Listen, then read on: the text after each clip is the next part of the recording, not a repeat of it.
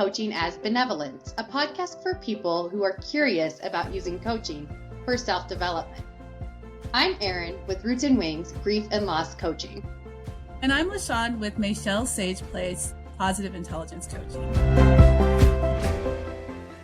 Today we are looking at season 7. We're looking back at season 7, reviewing it, seeing the highlights, things that stood out, themes, favorite episodes, that kind of thing. So we are at the end of season 7, and we'll take a short break because in Colorado we are coming on spring break, believe it or not. And after spring break, we'll get started with season 8 at the end of March, and that'll probably carry us through till probably the summer, depending on how things go. So looking back at season 7, anything standing out for you, Eryn? I think at the highest level, it's bookended with guests, and we had less interviews this season, but we started season 7 with Morgan Holiday, who does home organizing and really has some clear philosophies around how she lives her life, including her concept that she mentioned that actually was, whose concept was that? I don't remember, of burning the boats. But anyway, that's how she kind of lives her life, both professionally and personally. And then we ended with Rachel Zur, who's more about wild genius life coaching. And I think those two juxtapose each other so much. I feel like there's a little bit of exploration and creativity in the wild genius framework, which is really helpful from a life coaching perspective. And then from Morgan's perspective, it is more structured, which is incredibly helpful for somebody who needs to organize their space or needs to move. And so you really saw how not only their coaching philosophies were aligned to the work that they do with individuals, but also their values and their personalities. And so that really stuck out to me, that we started with Morgan and ended with Rachel, and there was a lot of difference in terms of how they view coaching, but also there was a lot of similarity there as well. So that's the initial thing that stands out to me. L Shawn, what about that high level? Is there something that initially stands out to you as well? Yeah, I also noticed the bookending, like the guest at the beginning and the guest at the end. I noticed that as well. And I was intrigued by the fact that the first part of the season was kind of aligned. It was aligned with what we talked about with Morgan, because it started with, what she was talking about with organizing and the burning the boats. I think that one was really a great philosophy, way to live your life, to really go all in projects. And it's actually, for me, even a little bit scary, but it really does ring true, because if you think that there's a way to fall back, or if there's a way to retreat, because I know this was around the war, I think it was, where they burned the boats so that they had to go all in on the attack. And there was no going back. There was no way to retreat. And so I know that we do tend to kind of spread our energies and our efforts if we feel like, oh, I have something to fall back on. But if we don't have something to fall back on, then we're more likely to go all in. And then the other thing that was really interesting about the 3 episodes after Morgan's episode, we talked about prioritization, burnout, letting in and letting go. Those themes were throughout the interview with Morgan as well. And it was interesting how those kind of built on each other. And on a personal level, I feel like that's something that I've been not dealing with, but really kind of navigating on a personal level, in terms of prioritizing, burnout, what happens when you don't prioritize, and how to handle burnout. And re-listening to the burnout episode, it reminded me how important it is to give ourselves grace. We talked about the messiness of humanity, the messiness of our lives, and how it's a good idea just to accept that, the messiness, and be okay with the messiness of life and the messiness of humanity. And then also to use those tools that are available to us, like organizers, professional organizers like Morgan, and then also coaches like Rachel and like ourselves, where you can sit down and organize your lives and talk about the things that are challenging you and how you can approach those in a way that serves you and that also allows you to be gentle and gives yourself grace. So those are some things that were sticking out for me when I was looking at the themes that were running throughout season 7. And another really fun episode that I really liked was the one where we talked about our retreat. That was really fun. And it brought that memories of that weekend. Is so fun. And then the fact that we showed up at our destination and it was like a ghost town. And Eryn was like, "Oh, we have the town to ourselves."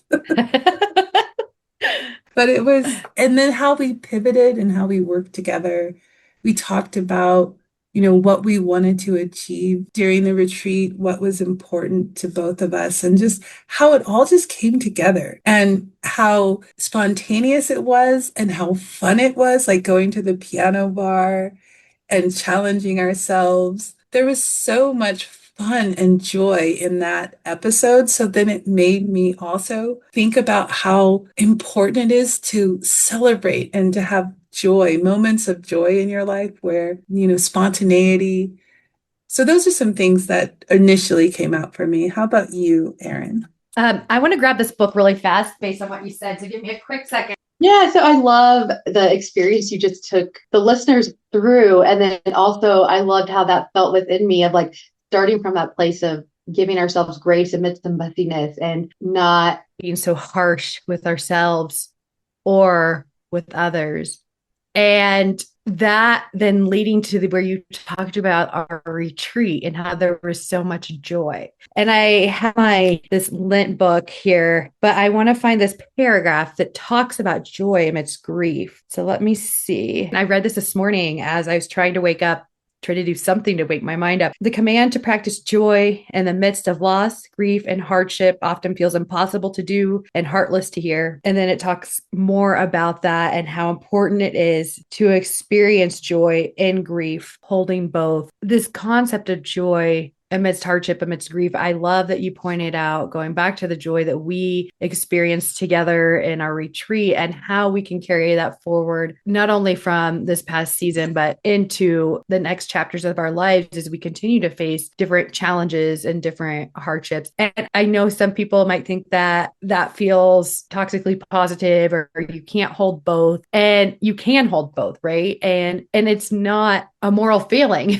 to hold both, right? Like, so I really appreciate you pointing out that joy piece. And it really just has sat with me a lot today as I journeyed through that reading that I just shared. And it was just filled with examples of how we can hold joy in grief. And so that really resonates with me, especially thinking about just the concept of grief as well. And then I think that, when we go back towards the earlier parts of the season, going into how we ask for help, I think that that's another piece that we can hold. We can have agency, we can be educated, but we can still ask for help. So having those things really highlighted how this season got into the weeds of, okay, yes, we can give ourselves grace. Yes, we can feel these certain feelings, but we can also use agency and we can also give ourselves hope through asking for help and what that looks like. And I know we've talked about it in different ways in terms of your relationship with your daughter and my own journey with my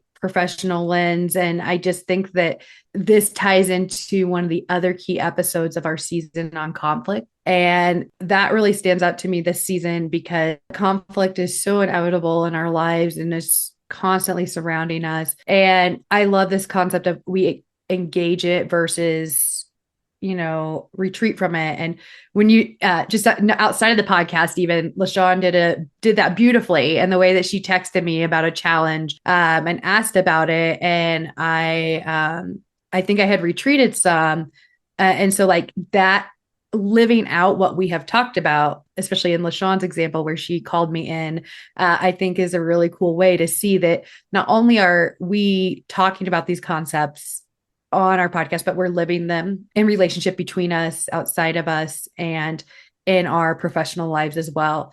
And I think that this is what's so exciting to me about the human journey is being able to develop these skills. Like before I started on this journey of the conflict episode and the conflict, engaging conflict path, and have been doing that work for the past year, I was much more in a fixed mindset around it where I couldn't engage at the level that I needed to engage. And I still can't at certain times, right? Like it's just a different undertaking that takes time and practice and intention and all of that. So anyway, needless to say, looking back on this season, I really did find a lot of value in the skills in addition to the mindsets that were relayed through our podcast in season 7. It's so interesting that you brought up a lot of the episodes that I was thinking about as well, like in terms of how we engage conflict. And you brought in how these concepts, skills, strategies that we discuss on the podcast also show up in our personal life and outside of the podcast, and I think we bring in a lot of our personal lives in the podcast. And I think that a lot of the episodes are related to things that we're dealing with in our own lives. Like, for example, when we talked about what I was going through with enabling versus, I don't think it was empowering, or supporting versus enabling. And that was specifically around, issues that we are navigating with my daughter. And so I think that there's a lot of value in the personal touch that we have in the podcast. And also that we benefit from these conversations as well. I find them, although it's not therapy, I find them therapeutic, and I found it helpful and beneficial for me preparing for the episodes and also having the conversations, because as if you've listened to us for the past, we're going on 3 years now, Eryn. We're going to be in this fall, will be Amazing. 3 years. It's very organic. We come in with some idea of a topic that we're going to talk about, and then things emerge out of that topic that we did not plan. And so I think that that's something that I really value about this season and other seasons. They're the organic nature of our conversations and how they unfold and emerge different insights and different perspectives. And one thing that emerged out of the discussion that we had about conflict and engaging conflict was the idea of connection.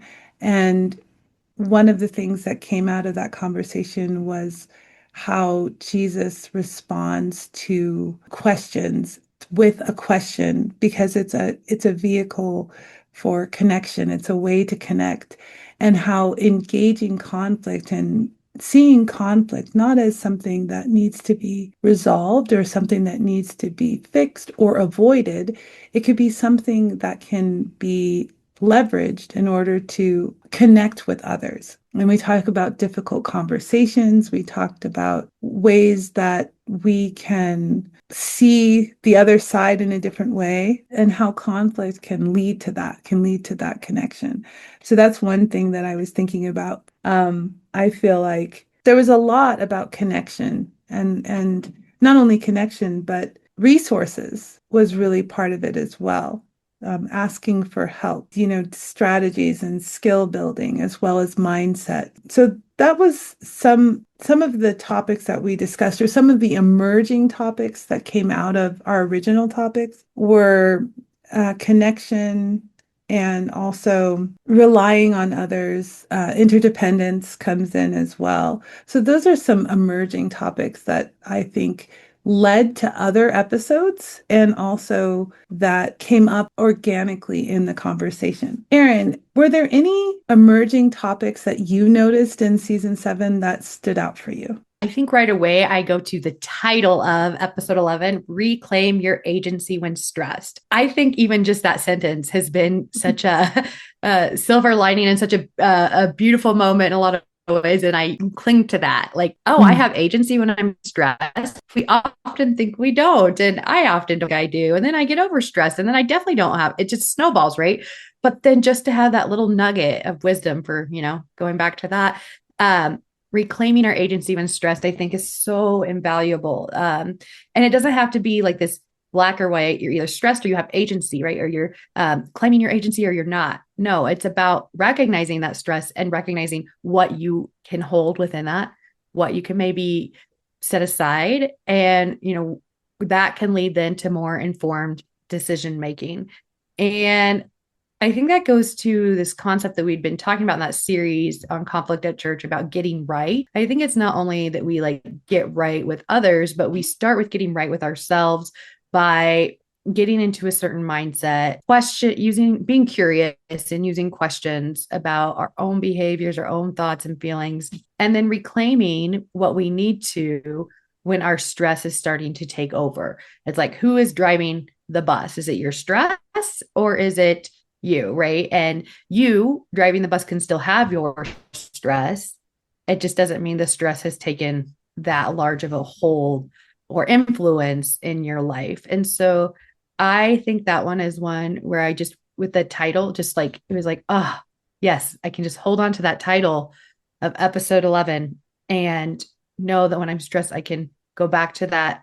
Okay, I can have some agency in this. And what does that look and feel like right now? And so for me, it was a pause, right? Like usually I'll engage right away, but taking a pause sometimes to really feel into, okay, what was my part in this part where I'm stressed about it? What are the external factors?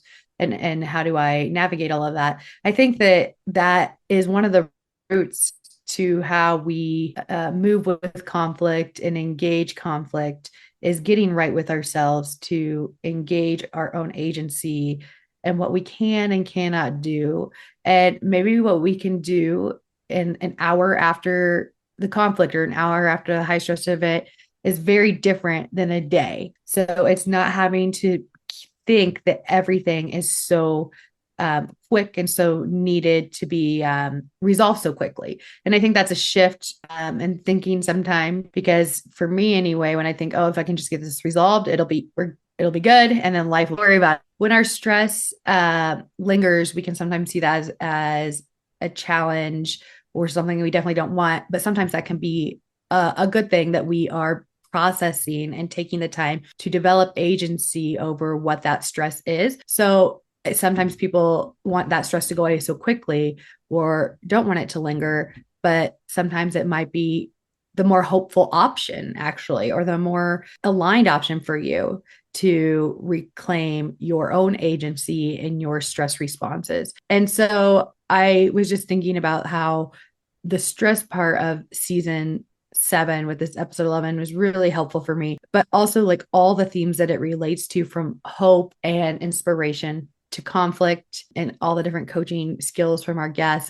I see that this season in particular, I feel I could go back and listen to over and over and always find something new in the skills and the mindsets that have been shared this season. Yeah, that as you were talking about the agency and stress and the process of going through that, like I guess the continuity of agency, that it's not just you have agency in this time, but not in this time, that there's different levels of that agency, and that it can be, and this goes back to what you were saying before, Eryn, about both being true. You know, you can be stressed and need help, but also have agency. You can have conflict, but you can also find connection in that conflict. So the idea of things being messy and things also that it's on a continuum. And that brings me to episodes like episode 7, where we're honoring the struggle, the process, the strategies to move forward in the new year. That looking at the process itself and how we create meaning and how we approach things. That's something that we can see throughout season 7 in the episodes,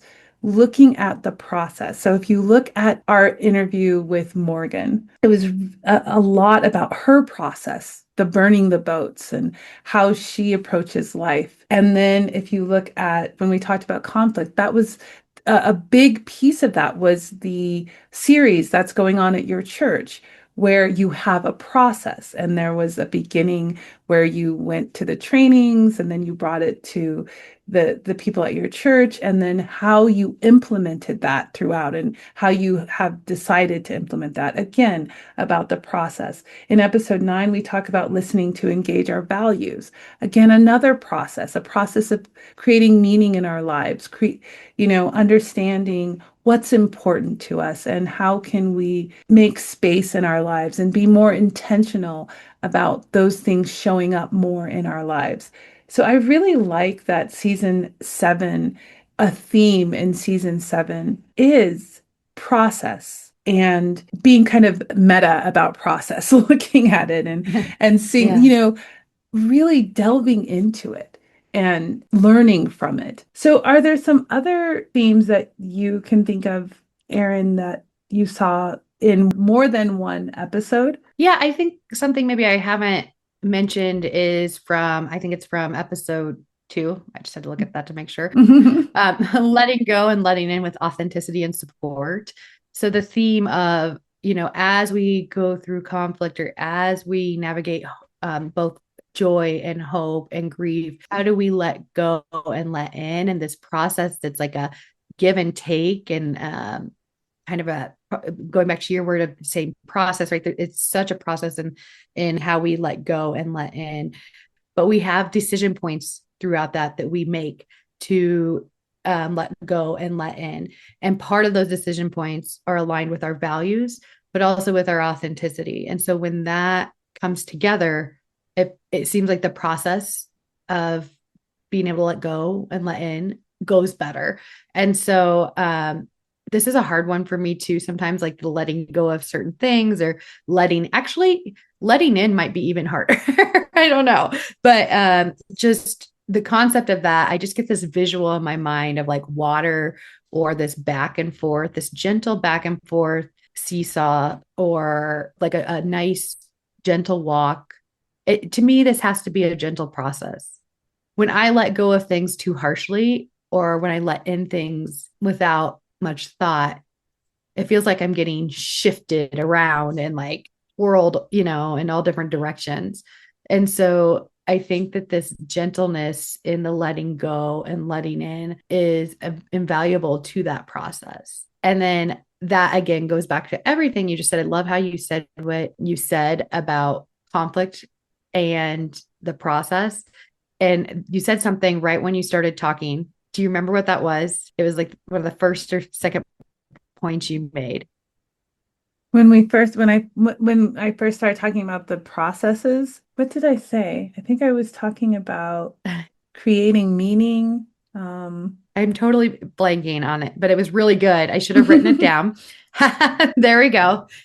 And not being very aligned with the process right No now. worries. The way you said it, I was like, yes, light went off. And Yeah. Cannot remember exactly what it was. But anyway, so that's the only other theme that really stands out to me is that gentle movement of letting go, letting in, and how we do that in alignment with our values and authenticity. And, values and authenticity roots for all these other topics throughout the entire season. And I think values and authenticity help us deal with conflict. They help us let go and let in. They help us through certain challenges and also through the joys of life too. And I keep going back to using that word joy. Like this season had the nice balance of the joy in life and how that can help us in our day to day too when we take the time to experience joy. Yeah, I'm thinking back to what you said about something that I said at the beginning. What did it have something to do with both can be true? Like you can have agency. Yes. It was the way you said that because I had mentioned that earlier on. And then the way that you crystallized it, that both can be true. And the way that you said that about conflict and the other thing, I was like, And oh, connection. yes, that's so well said. Yes, that's it. Yeah. That emerges throughout our conversations, the idea of one being comfortable with uncertainty, ambiguity, like you said, the paradox. You love the paradox, right? So I do. being comfortable with the paradox and also even leveraging the paradox because it rarely is one or the other. Both can be true, and it's often the case. And that's one thing that I'm seeing kind of emerge throughout this podcast. Both can be true. And one thing that I'm thinking about, because I think we've covered the scope of, season 7. We've looked at all the different episodes, the themes, the emerging topics, that kind of thing. And one thing that comes to mind is the idea of, what is emerging in the podcast itself. Like we talked about this in the episode where we talked about our retreat and our goals for 2026 and how we wanted to introduce the guided journal that we have we're publishing or have published.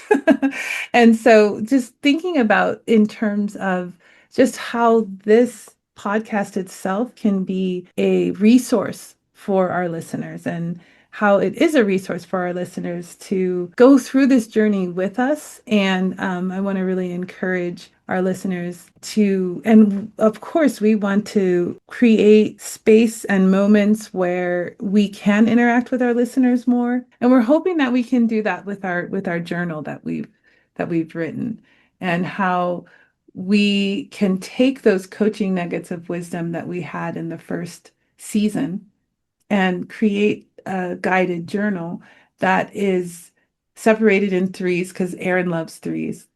There's four. There's one, there's a fourth, but really it's three. It's a inspire, explore, and act. And then we have flourish, which is kind of the overall idea. And just how we can take the time to look at the process and also create our own process that serves us and helps us make the best of the strategies and the resources that we have to create a life that's meaningful and fulfilling. And I love that you bring up the journal, because I believe when we come back for season 8, we're going to try to go through that more intentionally with our listeners. So it's a good chance for people to pick up the journal, listen to the podcast, and go through different prompts along with us. So that feels really exciting and new. And it's a way that like all of the seasons from 1 to 7 are synthesized. And I think it's really well put together for a lot of reflection and also meaning making and taking action. So I'm very much looking forward to that. So yeah. And I don't know, are we here? Are we at? Yeah, we're at the coaching negative wisdom time. What ideas do you have in terms of like coaching negative wisdom? Do you want me to go? I think I have one. Okay. About reflection, because this is also a weak point for me. I like to just keep moving forward in a lot of ways. But when we sit down and take the time to reflect, just as we reflected today, it reinforces learning and helps us better understand our own wants and needs. So I encourage you to take a moment to reflect on, maybe it was an experience or a conflict or something that went well, something, and reflect on it in terms of how it relates to your authenticity and your values, how it relates to conflict and challenges and inspiration and hope and joy and grief, and just kind of see what shows up for you. Yeah, love that. And this is kind of related to what your coaching negative wisdom is. And that is the process that Eryn and I go through at the end of each season, where we reflect and we go over and review the highlights and the emerging topic. I encourage you to do the same. A season in your life that you can look back on and learn and take those lessons, because it's great. You relive the joy and the contemplative moments and that kind of thing. So I encourage you to take a season of your life and go through the process of reviewing and reflecting in very much the same way that Eryn's coaching negative wisdom. So I reiterate that. Thank you. And we look forward to season 8. Yes. Thanks for joining us for Coaching as Benevolence. I'm LaShawn with Mayshell's Sage Place, Positive Intelligence Coaching. And I'm Eryn with Roots and Wings, Grief and Loss Coaching. Have a benevolent day.